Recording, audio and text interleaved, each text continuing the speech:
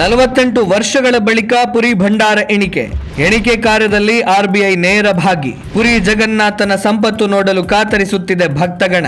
ಹಲವಾರು ವಿಸ್ಮಯ ಅಚ್ಚರಿಗಳನ್ನ ತನ್ನೊಡಲಲ್ಲಿ ಹುದುಗಿಸಿಟ್ಟುಕೊಂಡಿರುವ ಪುರಿ ಜಗನ್ನಾಥ ದೇವಾಲಯ ಈಗ ಮತ್ತೊಮ್ಮೆ ಭಕ್ತ ಜಗತ್ತನ್ನ ಅಚ್ಚರಿಗೊಳಿಸಲು ಹೊರಟಿದೆ.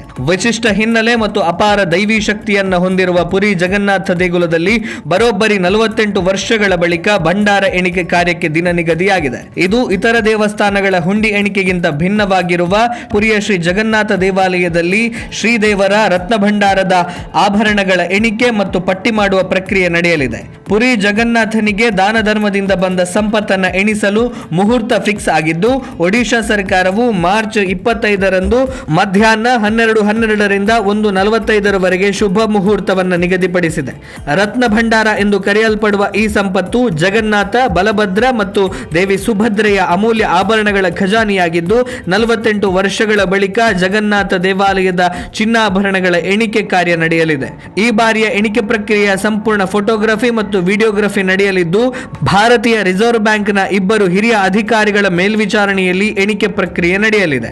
3 ಸದಸ್ಯರ ಸಮಿತಿ ಇಡೀ ಪ್ರಕ್ರಿಯೆಯ ಮೇಲೆ ನಿಗಾ ಇಡಲಿದ್ದು, ಚಿನ್ನ, ಬೆಳ್ಳಿ ಮತ್ತು ಇತರ ಅಮೂಲ್ಯ ವಸ್ತುಗಳಿಗಾಗಿ ಪ್ರತ್ಯೇಕ ಪೆಟ್ಟಿಗೆಗಳನ್ನು ಬಳಸಲಾಗ್ತಾ ಇದೆ.